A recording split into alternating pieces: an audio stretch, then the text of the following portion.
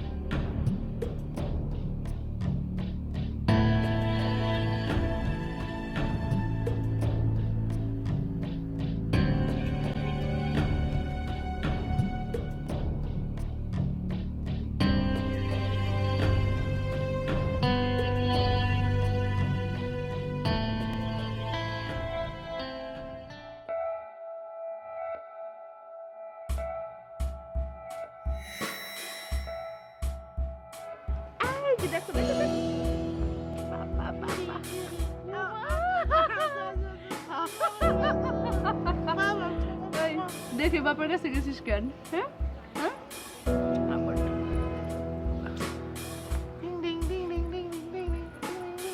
Ecco Banchita, te lo dichita. দেখি Ecco il tesoro, allora il tesoro, come il tesoro, tesoro.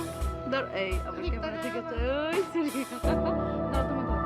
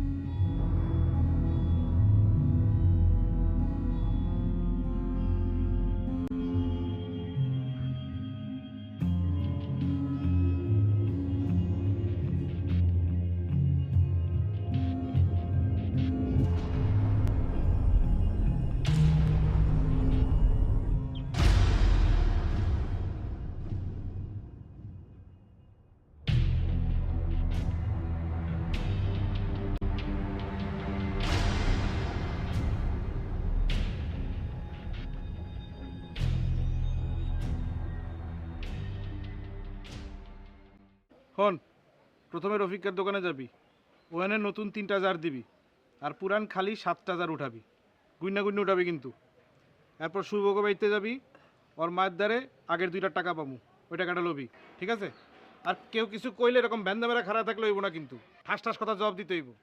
কবি আমরা fresh পানি, pure পানি বেশি, আমগো পানি স্বাস্থ্যকর, খাইতেও ভালো লাগে। কালকে মনির ভাই কইছে হেগো বিল্ডিং এর সবাই নাকি আমগো পানি খেয়ে ডায়রি হয়েছে, সে জায়গায় আমি কি করব? তোর তো মাথার মধ্যে থাকে খালি আমরা ভেজাল পানি 2 নাম্বার পানি খাওয়াই, এলে কথা কইতে ডরাস। ওই তুই নিজেও তো এই পানি খাস, খাস না? তোর হইছে ডায়রিয়া হইছে? তাই তো, আমগো ডায়রি হয় না, হেগো কেমনে ডায়রি হয়?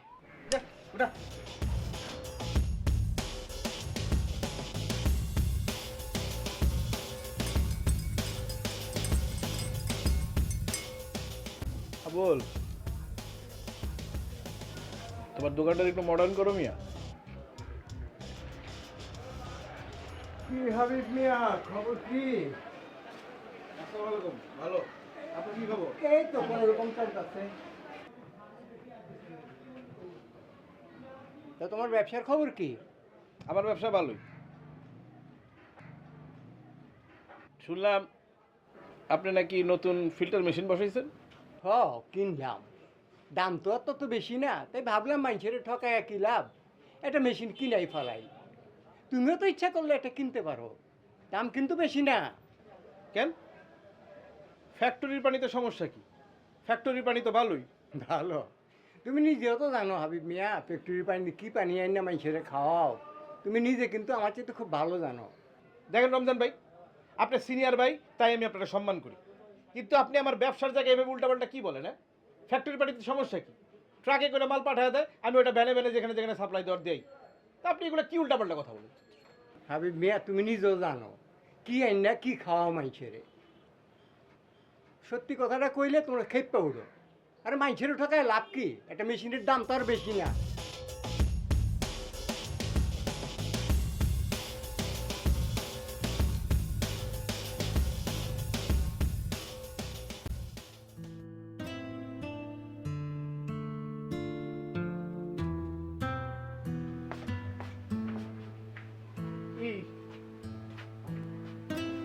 বুঝলা বউ, পানি বেচতে বেচতে বুঝছো বড় লোক হয়ে যাবো। এরকম অনেক মানুষ আছে খালি পানির ব্যবসা কইরাই বড় লোক হয়ে গেছে। তাহলে কি আমগো বাড়ি গাড়ি সবই হইব? তা তো হমুই। দেখো না, আমাকে বাচ্চারে ইংলিশ মিডিয়ামে পড়াবো, বুঝছো? তুমি এই অসময়ে এত তাড়াতাড়ি ঘুমায় যাইতেছো, শরীর খারাপ করছে নাকি? আমার কয়েকদিন ধরে জ্বর জ্বর লাগতেছে। কি কর ওমা, কাহে তো জ্বর, তাইলে কি করুম? যাবো এখন ওষুধ নিয়ে আমো? কাল যাও। আচ্ছা, কাল সকালেই তাহলে ওষুধ নিয়ে আমো না, একটু হাত মুখ ধুয়ে আই।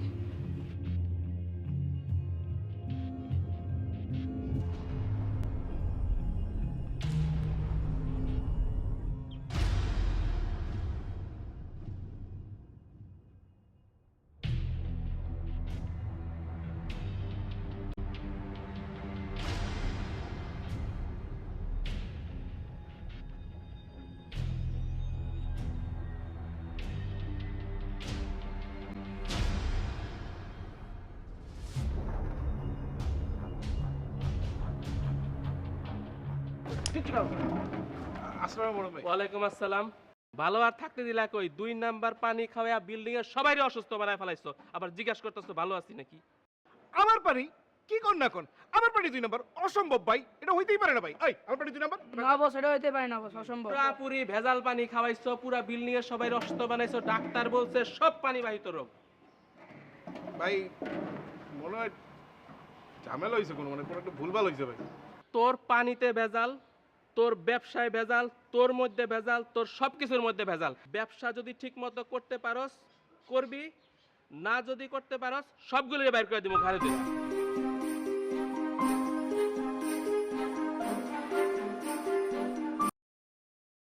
হ্যালো,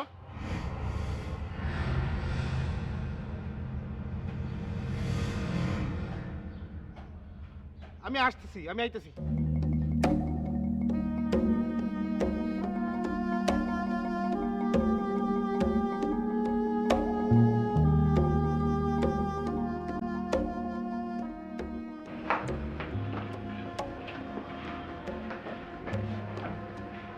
কি হয়েছে?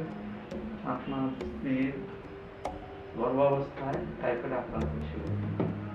এই টাইফয়েডের জীবাণুটা আপনার ওয়াইফের শরীর থেকে আপনার অনাগত শিশুর মধ্যে ছড়িয়ে পড়ে এবং এই ছড়িয়ে পড়ার ফলে সে এই রোগে আক্রান্ত হয়, যার ফলে তার এত বড় দুর্ঘটনার শিকার হতে হয়।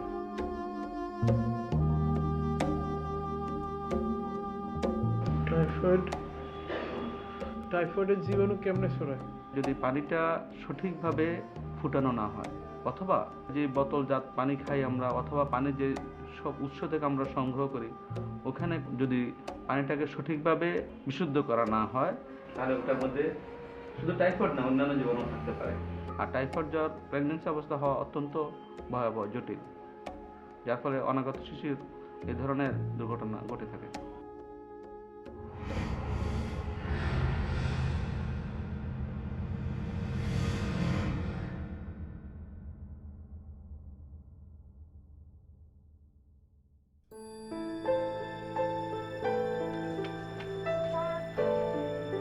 বাবা, তুমি আর এমন করো না। আমি আর ভেজাল বাড়ির ব্যবসা করুম না মা। আমি আর মানুষ ঠকাবো না মা। আমার পাপে আমি তোমার পৃথিবীর আলো দেখাইতে পারলাম না। তুই আমার পাপ করে দিলে মা, আমার পাপ করে দিলে, মা।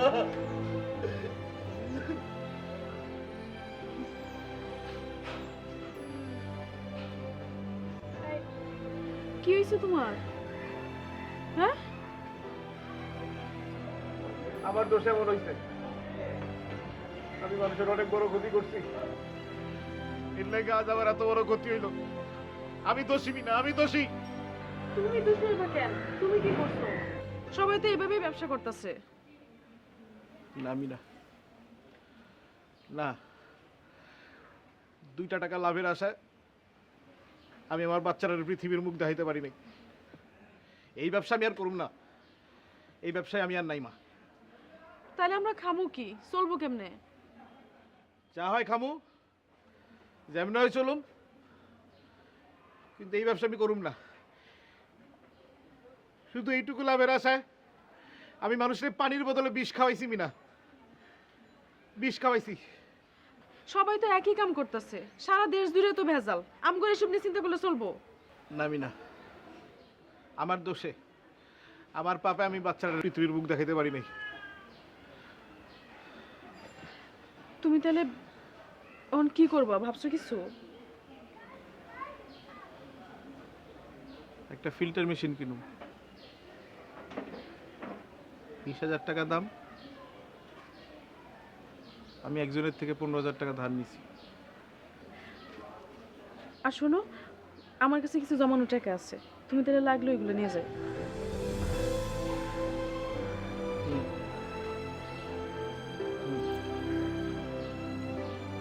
পানি খাও।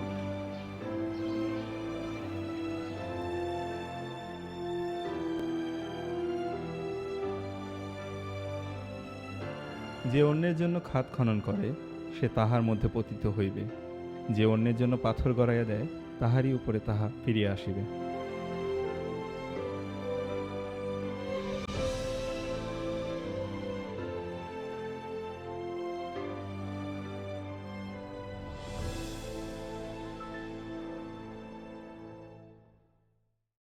পানির অপর নাম যেমন জীবন, সেই পানি হতে পারে আমাদের মৃত্যুর কারণ যদি সেই পানি হয় দূষিত।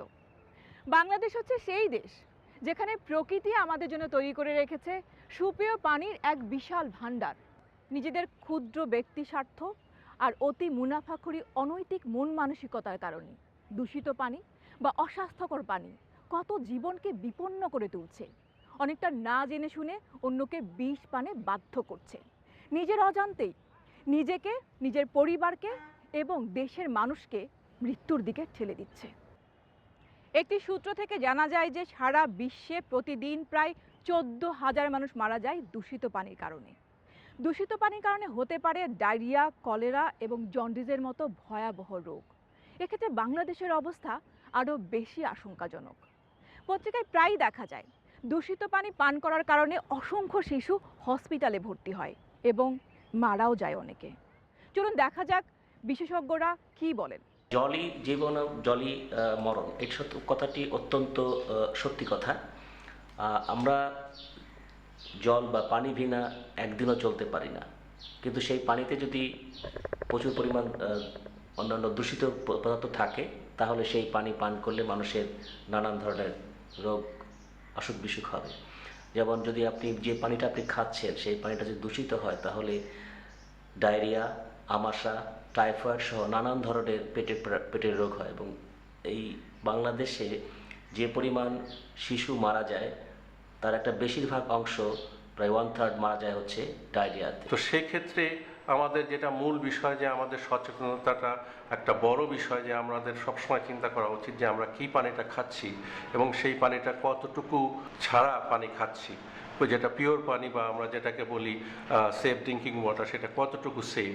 বিভিন্ন ক্ষেত্রে আর্সেনিক ছাড়াও আমাদের দৈনন্দিন যে কন্টামিনেশন আছে, যে ব্যাকটেরিওলজিক্যাল কন্টামিনেশনের একটা গুরুত্বপূর্ণ বিষয়। আমরা বিভিন্ন জায়গাতে, হোটেলে বা রাস্তাঘাটে বিভিন্ন জায়গাতে আমরা পানি পান করে থাকি, বোতলের ওয়াটার পান করে থাকি, পারিবারিকভাবে আমরা ফিল্টার ওয়াটার পান করে থাকি। কিন্তু প্রশ্ন হলো, সব পানি কি নিরাপদ? আমি বলবো না, সব পানি নিরাপদ না। আপনি যদি শহরের কথায় আসেন, শহরে প্রায় 40 ভাগ লোক, বিশেষ করে ঢাকা শহরে প্রায় 40 লক্ষ লোক বস্তিতে বাস করে। এই বস্তিগুলোতে সুপেয় পানির অবস্থা অত্যন্ত খারাপ। প্রথমত এই বস্তিগুলোতে আগে কোনো বৈধ কোনো পানির সরবরাহ দেওয়ার নিয়ম ছিল না, যদিও ঢাকা ওয়াসা এখন মহতি একটা উদ্যোগ নিয়েছেন যে বস্তিগুলোতে তারা পানি সরবরাহ লাইন দেবে এবং তাতে পানি তারা বিশুদ্ধ পানি পেতে পারে। তবে এখন পর্যন্ত প্রচুর পরিমাণ লোক কিন্তু বিশুদ্ধ পানি বা নিরাপদ পানি বস্তি এলাকায় পাচ্ছে না। বিভিন্ন এলাকায় সেখানে আমরা মেন উৎস থেকে আমরা পানি একটা সাব উৎস তৈরি করে সেখান থেকে আমরা পানি বিক্রি করে থাকি এবং সেই বিক্রি করার ক্ষেত্রে আমরা যে পানি সরবরাহের ব্যবস্থাগুলো করে থাকি সেগুলো সাধারণত পানির লাইনগুলো আমরা ইভেন কোনো জায়গাতে ড্রেনের মধ্যে দিয়ে বা সুয়েরেজ সিস্টেমের মধ্যে দিয়ে আমরা পানির কানেকশনসগুলোকে এস্টাবলিশ করি। বিশেষ করে স্লাম অঞ্চলগুলোতে এটার ব্যাপকতা আমরা অনেক প্রকট দেখেছি। সেক্ষেত্রে যেটা হয় সেটা হচ্ছে যে এই প্লাস্টিকের পাইপগুলো যেগুলোর মাধ্যমে পানি সরবরাহ করে থাকে সেগুলো অনেকটা খুব ক্ষণস্থায়ী প্লাস্টিকের পাইপ, সঠিকভাবে তৈরিও না এবং সেগুলো নানানভাবে ছিদ্র হয়ে থাকে।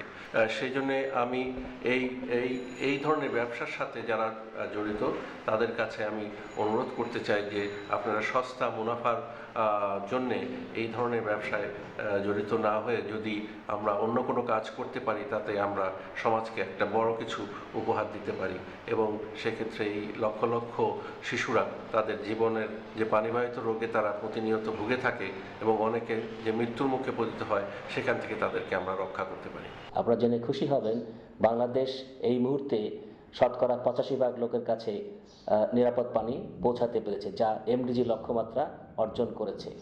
কিন্তু তার মানে এই নয় যে সকল এলাকায় সমানভাবে পানি পাচ্ছে। বিশেষ করে উপকূলীয় এলাকা, চরাঞ্চল, পাহাড়ি অঞ্চল, চা বাগান এরিয়া এখনও অনেক লোক এই সুপেয় পানি বা নিরাপদ পানির আওতার বাইরে রয়ে গেছে। সুতরাং আমাদেরকে আরও কাজ করে যেতে হবে যাতে করে আমরা সকলের কাছে সুপেয় পানি বা নিরাপদ পানি পৌঁছে দিতে পারি। আমাদের সামাজিক মূল্যবোধ কোথায় দাঁড়িয়েছে আজ? যে জীবন আমরা ফিরিয়ে দিতে পারি না, সে জীবন নিজেদের অনৈতিক লাভের বশে কেড়েও নিতে পারি না। আসুন আমরা সবাই মিলে সচেতন হই, দূষিত পানি ব্যবহার বন্ধ করি। যারা অতি লোভে দূষিত পানি সরবরাহ করে তাদের মন মানসিকতার পরিবর্তন হওয়া দরকার, অন্যথায় তাদের বিরুদ্ধে আইনত ব্যবস্থা নেওয়া উচিত। জীবনকে কোনোভাবেই অবহেলা করা উচিত নয়। আসুন আমাদের স্লোগান হোক, বিশুদ্ধ পানি করব পান, বাঁচবে মোদের কোটি প্রাণ। আমাদের অনুষ্ঠান সম্পর্কে আপনার মতামত জানাতে আমাদের সাথে যোগাযোগ করুন স্ক্রিনে দেখানো ইমেল আইডিতে। আপনারা সবাই ভালো থাকুন আর ভালো রাখুন আপনার চারপাশকে।